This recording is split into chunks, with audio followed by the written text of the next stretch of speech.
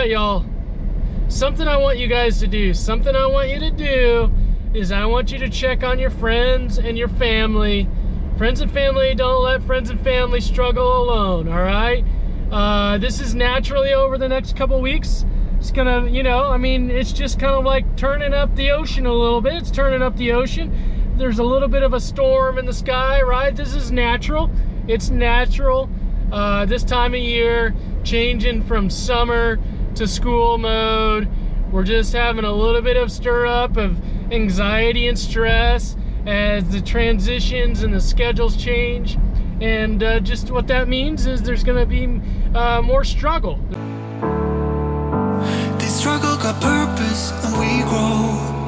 So whatever road we have to take next, all I need to know is that we'll roll with the punches.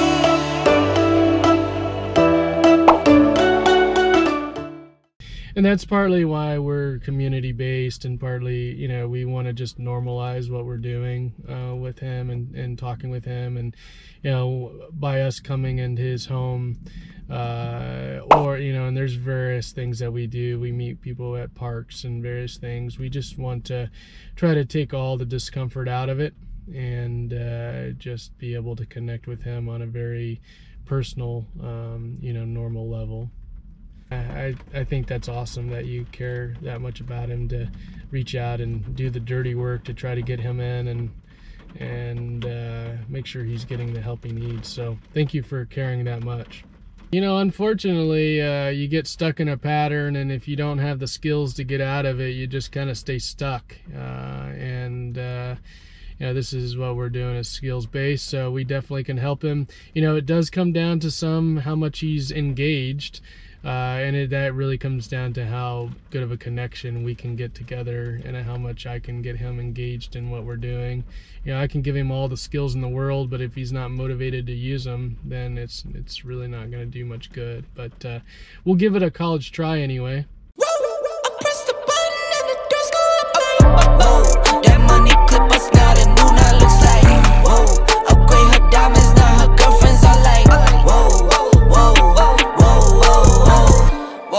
I hit record a drop, you can't ignore it.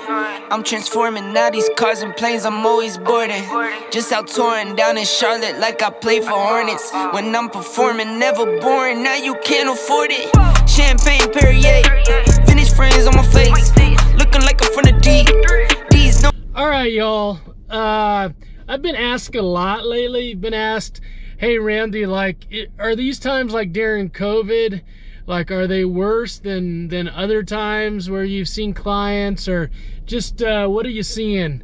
And so I mean, I could give you a long-winded answer to that. And yeah, I mean, I think definitely times are more difficult. But I don't know that our response probably is the same now that it would have been before COVID or anything else. And I'm thinking more and more about this lately in my own personal life. Right now I'm at the lake, and I'm just sitting at the lake. I find some of my greatest times of peace of just sitting at the lake. And my response would be is, you know, the stress, the struggles, the anxiety, the loneliness, the sadness, the everything that has come about because of COVID. The response of the thing that you should do to work through that is similar to before COVID. You just probably would have to do it. You might just have to do it more.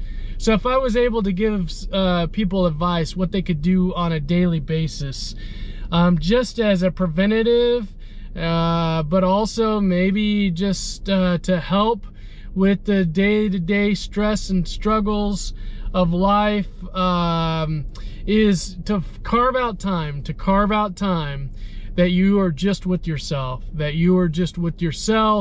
It could be on a run, it could be sitting at the lake, it could be sitting just kind of, you know, knitting, it could be drawing, it could be playing the guitar, it could be doing something, but you are with yourself. And the goal of when you're with yourself is that you're allowing thoughts and feelings. Thoughts, things that you're thinking, and feelings, physical feelings, and emotions to come up, right? To come up. And I've talked a lot about this, guys. I've talked a lot about this because I've seen how people just really, they don't like to sit with their thoughts. They don't like to sit with their feelings. They don't like what goes on when they're just still with their thoughts. They don't like what goes on physically and emotionally inside when they just sit still and let this stuff come up. Oftentimes people distract themselves by getting on social media. You know, they drink, they drug, they do all kinds of stuff to distract themselves from just allowing themselves to be with themselves, right? They just distract themselves. They don't like for these thoughts and feelings to come up because it's uncomfortable. It's uncomfortable. And really, for me, I think you gotta think these things, you gotta feel these things, so you can deal with them and so you can heal them, right? So you can think, feel, heal, deal, however you want to say it. You gotta be with yourself. You gotta be with yourself, I think, on a daily basis. And you gotta take an inventory of just things in your life on a day-to-day basis. It's like a meeting. You gotta have a meeting with yourself on a day-to-day basis, and just kind of work through things. You know, we can stuff things down. We can blame things on certain things of why I'm not taking care of things. We can distract ourselves. We can, you know, overwork. We can do all these things. But really what that is, guys, what we're doing is we're just putting a Band-Aid. We're just putting a Band-Aid on the things in our life that are just not going well. And what we really need to do is we need to rip that Band-Aid off and just go right into them. So if there's something that I could encourage you to do, is just on a daily basis, 30 minutes, y'all. Just take 30 minutes, and just be with yourself. Be with yourself.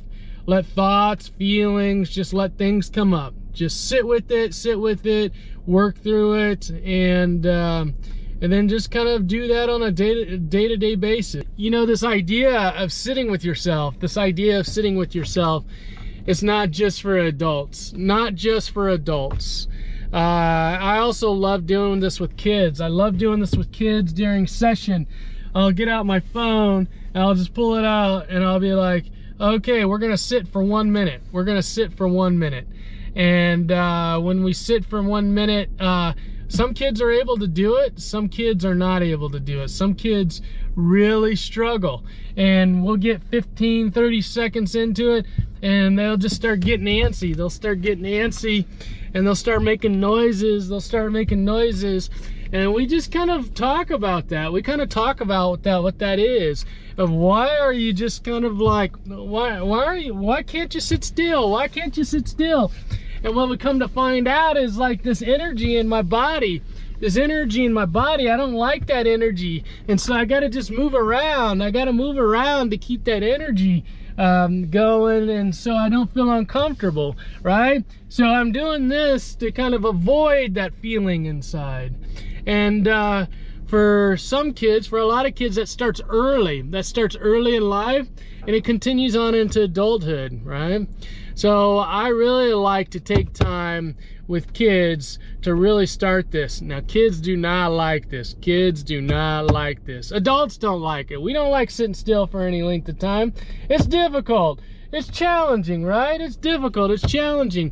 But what I like to do is just, let's say, okay, well, you can't do it for a minute. Let's go back to 15 seconds. 15 seconds. We'll sit for 15 seconds.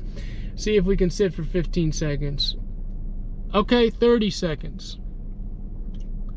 All right, now we'll do a minute, and we'll just notice what's coming up. The thoughts that are coming up. Oh, I don't like doing this, Randy. I don't like doing this.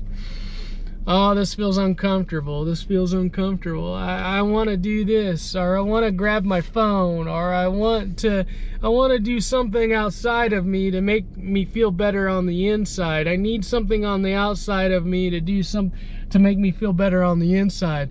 And that starts early on, y'all. That starts early on, is looking to the outside to make me feel better on the inside. And so we'll just sit. And what I'll do is I'll just teach kids that, you know, all I want you to focus on, put your hands on your lap. And I just want you to focus on your breathing.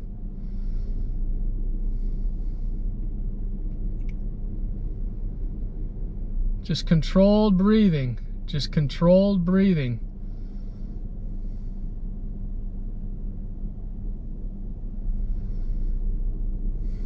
And that's what we'll do, y'all. That's what we'll do. We'll just focus on breathing, and that's it. And we'll gradually increase the time. We'll gradually increase the time to 1 minute 15 seconds, you know, 2 minutes, 3 minutes, and we'll just keep going. We'll keep going and going and going. Tough work, y'all. Tough work. It's hard for kids. It's also hard for adults. It's also hard for adults, y'all. Yes, so this looks a lot like meditation. This looks a lot like yoga, some type of centering type exercise, some type of mindfulness exercise. You know, for me, what I find is during my day, I start feeling anxious. I start feeling antsy. I got that movement in my body. For me, I feel smothered when I start to feel anxious. I feel smothered, and for me, I just gotta take some deep breaths. I gotta just sit, and I gotta practice. I gotta sit, and I gotta practice, and I gotta just let these thoughts go through my head. It's a meeting. It's a meeting with myself. It's a meeting with myself.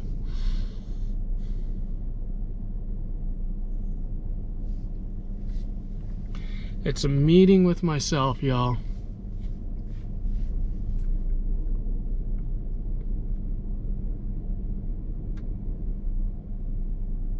It's a meeting with myself.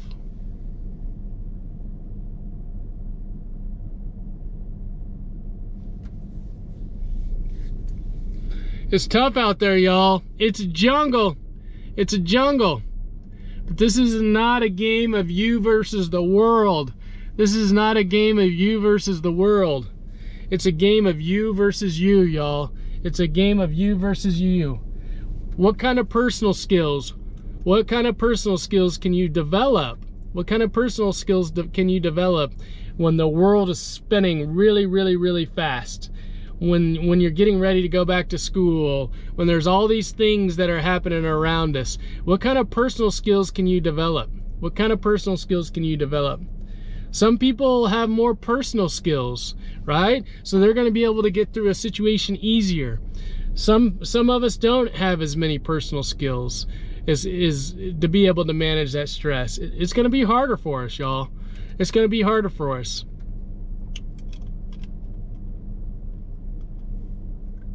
I think as a culture, we really downplay just the skills needed for day-to-day life. Okay, it's time for what's been coming up in client sessions. I really want, as much as possible, for us to normalize struggles.